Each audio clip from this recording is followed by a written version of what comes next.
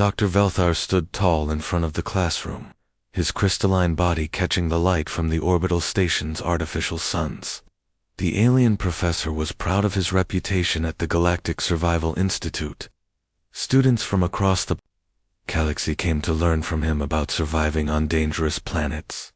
Today's lesson was about Cairo 7, an ice planet that killed most living things within minutes. The holographic display showed endless white snow and ice storms that never stopped. The temperature readings glowed red on the screen, -180 degrees. Even the bravest space explorers needed special suits to walk on its surface. "Look at this planet, students," Dr. Velthar said, his voice echoing through the room. "This world has defeated many species. The Gornax warriors with their thick armor died here in 30 minutes. The fire-breathing Zephyrians lasted only 20 minutes before their internal flames went out forever." 30 alien students sat in their seats, listening carefully. Most of them had fur, thick skin, or natural protection against cold. Some could change their body temperature at will. Others had evolved on ice worlds and thought cold weather was comfortable. In the back corner sat Day, the only human in the class. He was 25 years old, with black hair and dark eyes. He wore the same simple uniform as everyone else, but he looked small and weak compared to his alien classmates. His skin was thin and pink. He had no fur, no scales, no natural armor. "Now, let us discuss the most fragile species in our galaxy," Dr. Velthar continued, pointing at Day. "Humans. These creatures come from a warm planet called Earth. They have soft skin that tears easily. They have no fur to keep them warm. Their bones break when they fall. They cannot see in the dark or breathe underwater without machines." Some of the alien students looked at Day with pity. Others seemed confused about why humans were even allowed in space. "Humans claim they are good at surviving," the professor laughed, a sound like breaking glass. "But they need clothes to stay warm. They need machines to fly. They need computers to navigate through space. Without technology, they are helpless babies, crying in the dark." Day listened quietly, but his hands were folded calmly in his lap. He did not look angry or scared. "Professor," said Crix, a student with 6 arms and blue fur, "if humans are so weak, how did they join the Galactic Council?" "Politics." Dr. Velthar waved a crystalline hand. "They make good servants, and they breed quickly. But in real survival situations, they die first, always." The professor turned back to the display of Cairo 7. "This planet has wind speeds of 200 kilometers per hour. The snow is so thick you cannot see your own hands. The cold freezes blood in your veins in seconds. No human could survive here for even 10 minutes without a full environmental suit." Day slowly raised his hand. "Yes, human," Dr. Velthar asked, with amusement. "I think you are wrong, Professor," Day said in a calm voice. The classroom became completely silent. Even the station's air recycling system seemed to stop humming. 30 pairs of alien eyes turned to stare at the small human, who had just disagreed with the most famous survival expert in the galaxy. Dr. Veltar's crystalline features began to glow brighter, a sign of excitement or anger. "You think I am wrong? You, a soft little creature from a comfortable world, think you know more about survival than I do. I think humans are better at adapting than you believe," Day replied. "Adapting." The professor's laughter filled the room. "Your species needs heated buildings to survive winter on your own planet. You wear multiple layers of clothing when the temperature drops below freezing. You huddle around fires like primitive animals. Those are not signs of weakness," Day said. "They are signs of intelligence." "Intelligence." Dr. Veltar moved closer to Day's desk.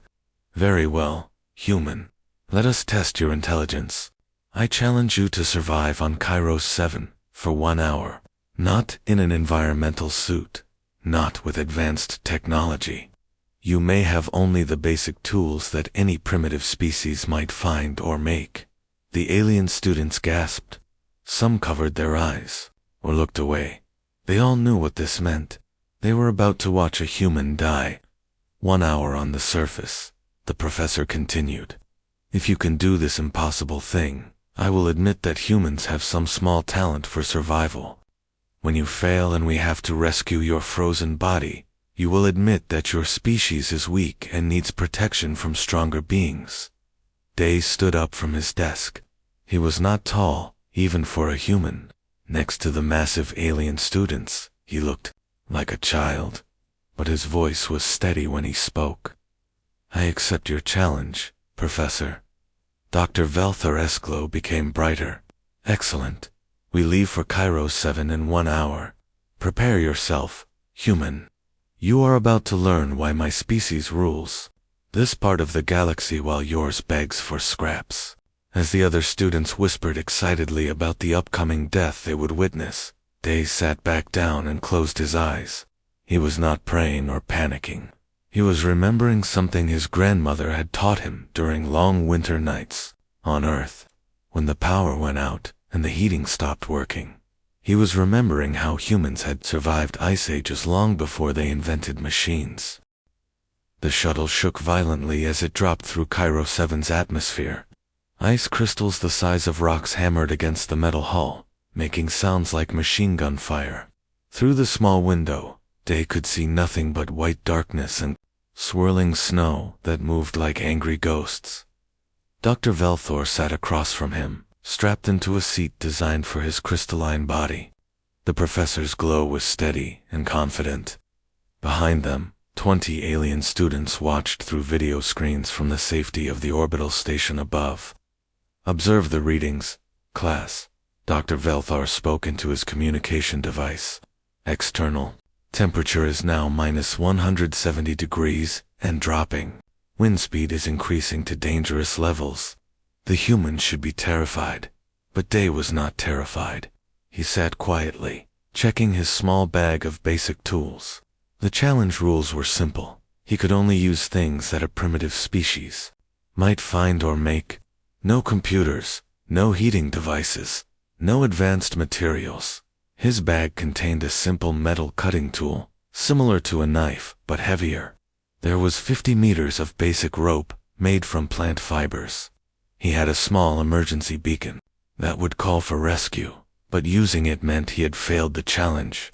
Finally, he had a basic fire starter, though Dr. Velthor had laughed when including it.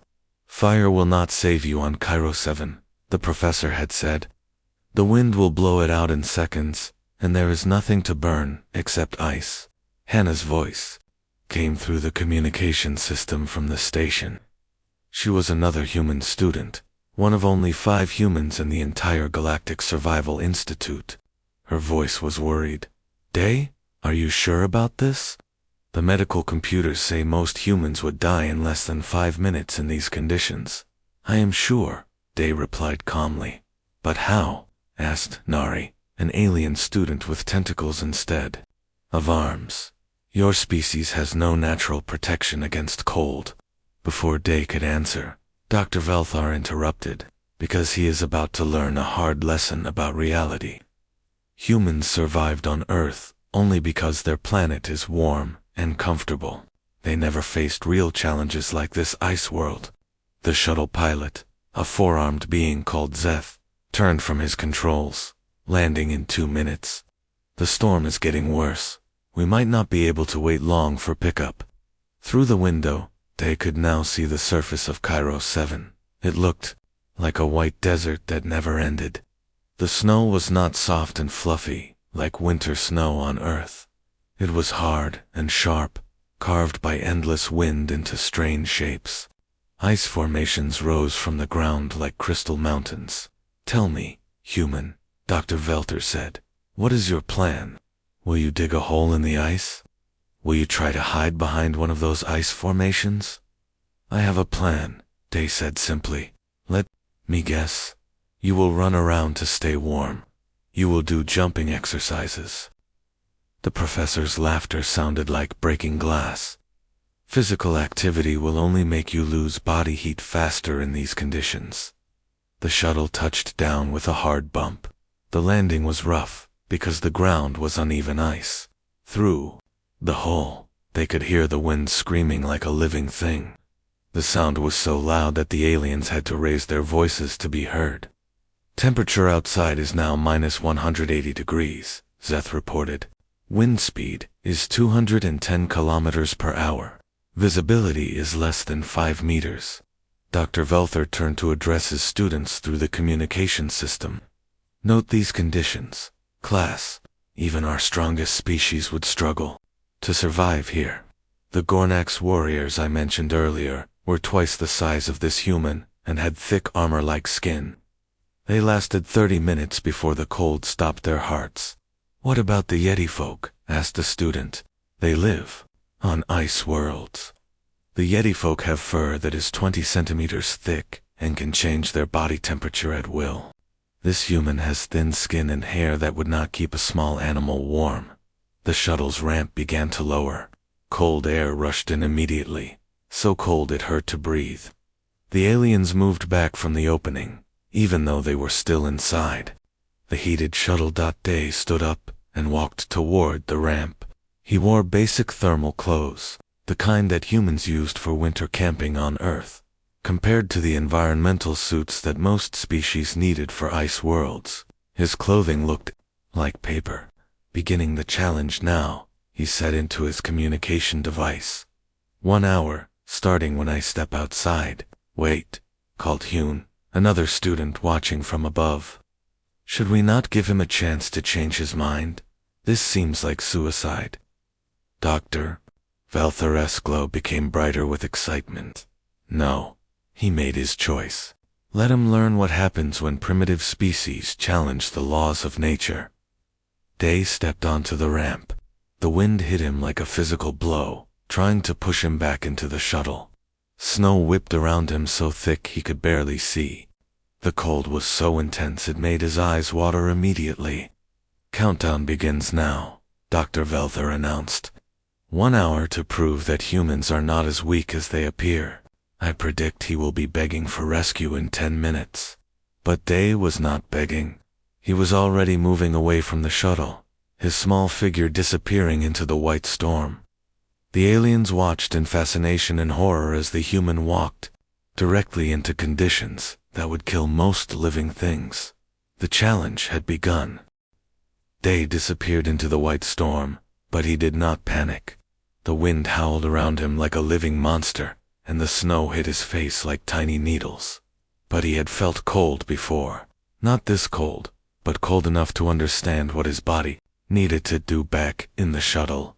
Dr. Velthor settled into his seat and began his lesson for the students watching from space. Observe how quickly the human will begin to fail. First, his body will start shaking to create heat. This shaking will use up his energy very fast. Then his fingers and toes will begin to freeze. After that, his thinking will become slow and confused. Through their cameras, the alien students could barely see Day through the storm. He was a small dark shape moving slowly across the white landscape, but instead of running around or jumping to stay warm, he seemed to be looking for something. What is he doing? Asked Crix, the 6-armed student. He is just walking around in circles. Panic behavior, Dr. Velther explained confidently. His primitive brain cannot understand the danger he is in. Soon he will realize he is going to die, and then he will use his emergency beacon to call for rescue. But Day was not panicking. He was doing something his grandmother had taught him when he was 8 years old, during a winter camping trip. He was reading the snow and wind like a book written in a language older than any alien civilization. He knelt down and pushed his hand deep into a snowdrift. The snow was not all the same. Near the surface, it was loose and powdery, blown around by the wind. But deeper down, it was packed hard by its own weight and the constant pressure of the storm. Good, he said to himself, his words lost in the wind. Dr. Velthor continued his lecture. Notice how the human is now digging in the snow like a small animal. This is instinctive behavior. Animals dig holes when they are afraid, but a simple hole will not save him. The wind will fill it with snow in minutes. Day stood up and walked in a different direction, still testing the snow every few steps. He was looking for the right kind of snow, in the right kind of place. Not too hard, not too soft, not where the wind was strongest, but not in a place where snow would pile up and bury him. His movements are very strange, observed Nari, the tentacled student. He does not seem afraid. He is in shock, Dr. Velter said dismissively. Extreme cold can make the brain stop working properly. He probably cannot even feel the cold anymore. But Day could feel the cold very well. It bit at his face and hands like a hungry animal. His feet were starting to get numb inside his boots. He knew he did not have much time. But he also knew something that Dr. Velthar did not know. He found the perfect spot, a place where the wind was blocked by a small hill of ice, but where the snow was deep and well packed. He took out his cutting tool and began to work. Now he is cutting blocks of ice, Dr. Velthar reported to his students. This is completely useless. Ice blocks cannot protect him from this wind and cold. Even if he could build some kind of wall, the wind would blow it down in minutes. The alien students watched in fascination as Day worked. His movements were not random or panicked.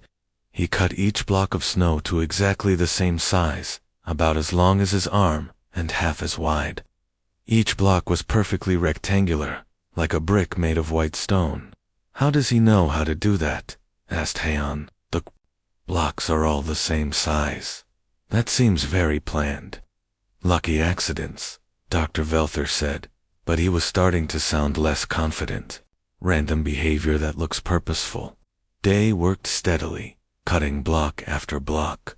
His hands were getting cold, but he kept working. This was not random behavior. This was something humans had been doing for thousands of years, long before they had metal tools or warm houses. After 10 minutes, he had cut 20 blocks. He arranged them in a circle on the ground, each block placed against the next one. The circle was just big enough for him to sit in the middle. A wall? Laughed Dr. Velthor. He thinks a small wall will protect him. How primitive. But Day was not building just a wall. He began cutting more blocks and placing them on top of the first layer. But these blocks were not placed directly on top.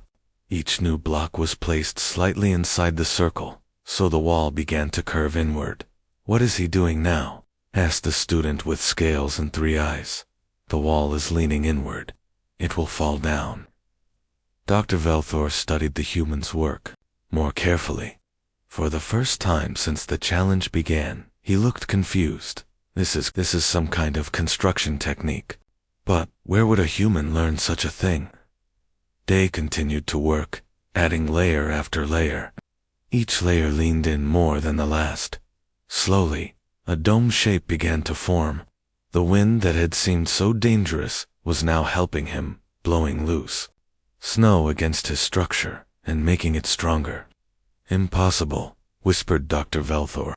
He is building an architectural structure. Without plans, without measurements, without tools except a simple cutting device.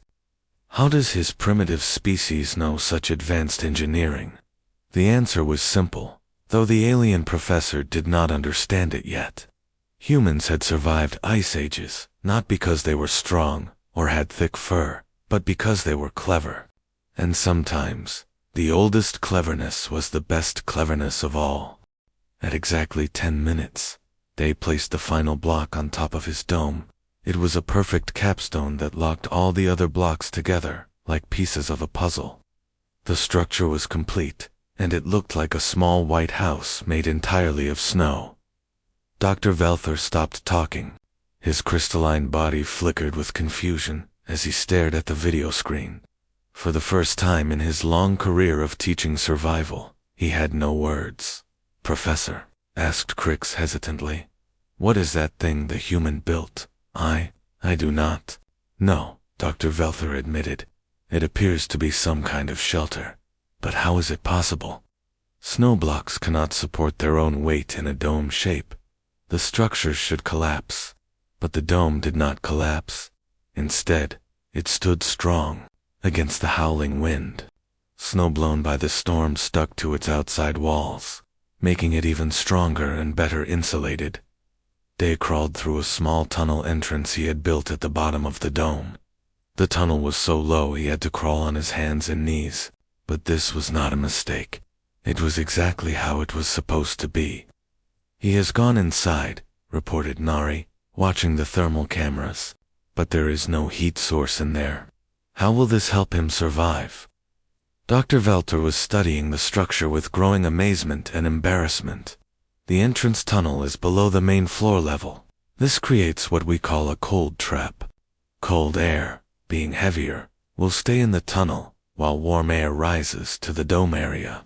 Inside his shelter, Day sat comfortably on a raised platform he had built from snow blocks. The wind that had been trying to kill him outside was now just a distant sound. The temperature inside was already much warmer than outside.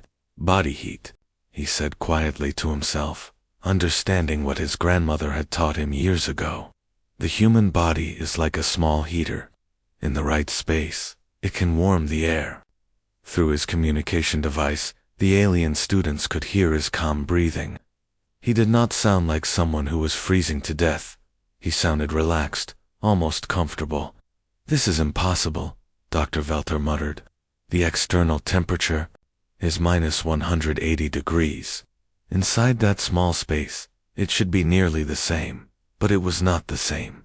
The thermal cameras showed something that shocked everyone watching.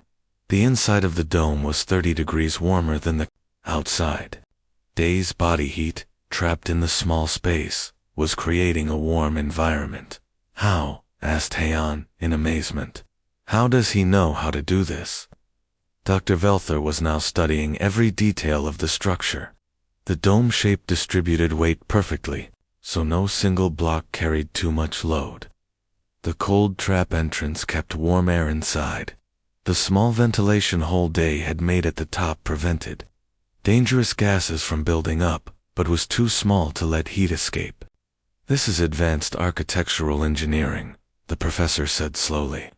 "The mathematics of dome construction, thermodynamics, air circulation. These are concepts we teach to graduate students." "But he learned them from his primitive ancestors?" asked a student with purple fur. Dr. Velthor's glow dimmed with embarrassment. "It appears so." Inside the shelter, Day was demonstrating something else his grandmother had taught him. He was making the walls stronger, using only his body heat. The inside surface of the snow blocks was warming just enough to melt slightly, then freezing again to create a thin layer of ice. This ice shell made the entire structure much stronger, while keeping the insulation properties of the snow. "The human is actually improving his shelter while he sits inside it," observed Dr. Velthar in wonder. "His body heat is creating a protective ice layer on the inner walls. This is ... This is brilliant." 30 minutes passed, then 40 minutes. Day remained warm and comfortable inside his snow house, while outside, the storm continued to rage with deadly force. "His vital signs are completely normal," reported the medical officer monitoring from the station. "Heart rate is calm, body temperature is stable. He shows no signs of cold stress." Dr. Velthor could not believe what he was seeing. "In 30 years of teaching survival, I have never seen anything like this. He has created a livable environment using nothing but frozen water and basic tools." "How did humans learn to do this?" asked Crix. "They had to," came Hannah's voice from the communication system. "On Earth, humans lived through ice ages that lasted thousands of years. They could not grow thick fur or change their body temperature, like other species. So they learned to use their minds instead." Dr. Velthor was beginning to understand something important. Intelligence as adaptation, not physical strength or natural armor, but knowledge passed down through generations. "My grandmother's people lived in the Arctic for thousands of years." Day's voice came clearly through the communication system. "They survived in places almost as cold as this. They taught their children, and their children taught their children. The knowledge never died." As the clock showed 50 minutes, it became clear that Day would easily complete his hour of survival. He had not just survived the impossible conditions of Cairo 7, he had made them comfortable. The alien professor, who had called humans weak and primitive, now faced the truth that shattered everything he thought. He knew about strength and survival. At exactly 1 hour, Day crawled out of his snow shelter. The storm was still raging, with the same deadly force, but he looked calm and comfortable. His cheeks were slightly pink from warmth, not blue from cold. He stood up and brushed snow off his clothes like he had just finished a pleasant afternoon project. Dr. Velthor watched in complete silence. His crystalline body had stopped glowing entirely, which happened only when he was deeply shocked or embarrassed. The alien professor, who had predicted Day would die in 10 minutes, now faced the reality that the human had not only survived, but had done so comfortably. Challenge completed, Day said into his communication device. His voice was steady and strong. 1 hour on Cairo 7's surface, using only basic tools. The alien students watching from the orbital station erupted in excited chatter.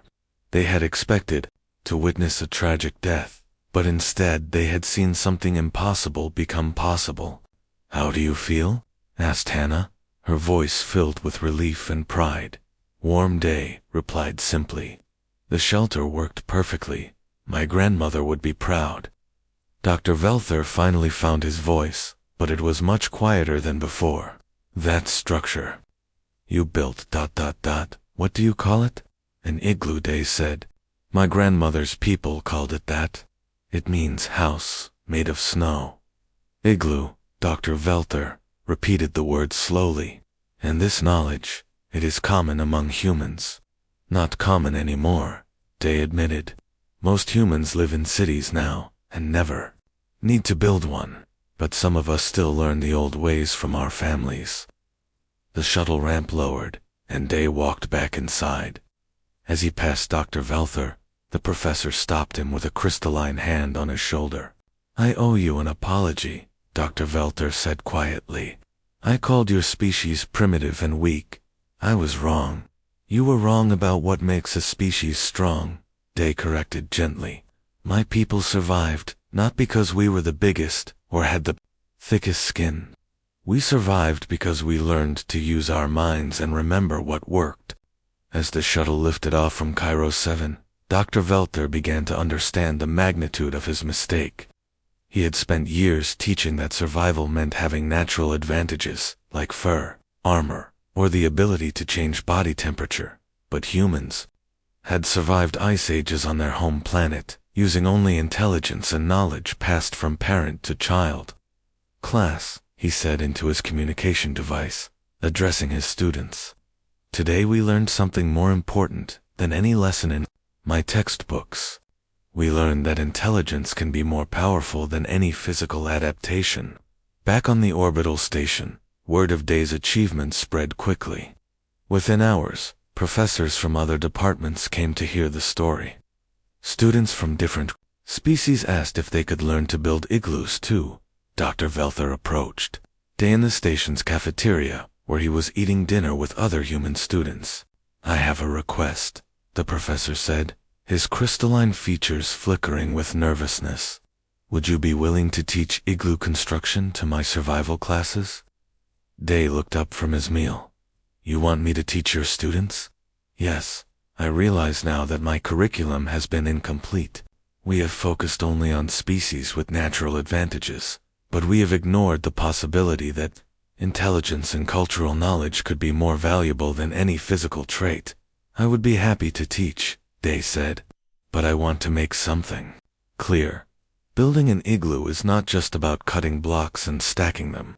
It is about understanding snow, wind, temperature, and how they work together. It is about respecting the environment instead of fighting it." Dr. Velthor nodded eagerly. "Yes, exactly. This is wisdom, not just technique." Within a week, Day had become the first human instructor at the Galactic Survival Institute. His classes were always full, with students from dozens of species wanting to learn human survival techniques. He taught not just igloo building, but other ancient human skills, making fire in wet conditions, finding water in deserts, building shelters from forest materials. Dr. Velthar became his most dedicated student. The professor who had once dismissed humans as weak, now spent hours learning from the species he had underestimated. I have been teaching survival for 30 years, Dr. Velthar admitted today after one lesson, but I was teaching the wrong lesson. I thought survival meant being naturally strong. You have shown me that survival means being smart enough to use what is available. The story of the human who built an igloo in 10 minutes spread throughout the galaxy. Other survival schools began inviting human instructors to teach ancient Earth techniques. Species that had never considered humans worthy of respect began to understand that this small, seemingly weak species had something valuable to offer. Jin, monitoring diplomatic communications from Earth, smiled as he read reports from across the galaxy. Humans were no longer seen as the weak species that needed protection. They were becoming known as the species that could survive anywhere.